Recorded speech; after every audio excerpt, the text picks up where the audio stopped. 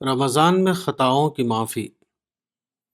حضرت ابو سعید الخدری سے روایت ہے کہ رسول اللہ صلی اللہ علیہ وسلم نے فرمایا: من صام رمضان وعرف حدودہ وتحفظ مما كان ينبغي له ان يتحفظ منه كفر ما قبله۔ مسند احمد جلد 3 صفحہ 55۔ یعنی جس شخص نے رمضان کے روزے رکھے اور اس کی حدود کو پہچانا اور جن چیزوں سے بچنا ضروری تھا اس نے روزے میں ان چیزوں سے اپنے آپ کو بچایا تو ایسا روزہ اس کے لیے اس کی خطاؤں کی معافی کا ذریعہ بن جاتا ہے۔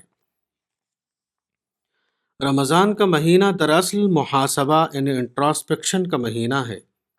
سچا روزہ آدمی کے اندر محاسبے کی نفسیات کو جگاتا ہے۔ وہ اپنے ماضی اور اپنے حال کا جائزہ لینے لگتا ہے۔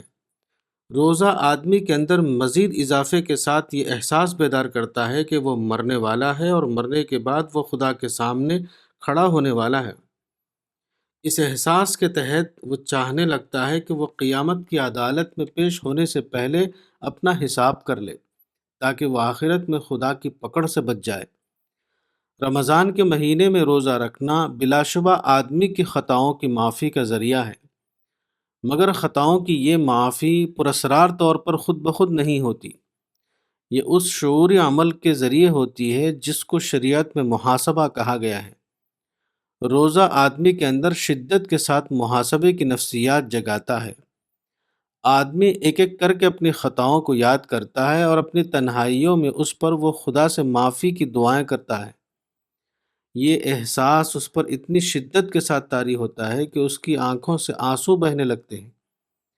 دراصل روزے دار کے یہی آنسو ہیں جو خدا کی رحمت کے تحت اس کی خطاؤں کو دھو دیتے ہیں۔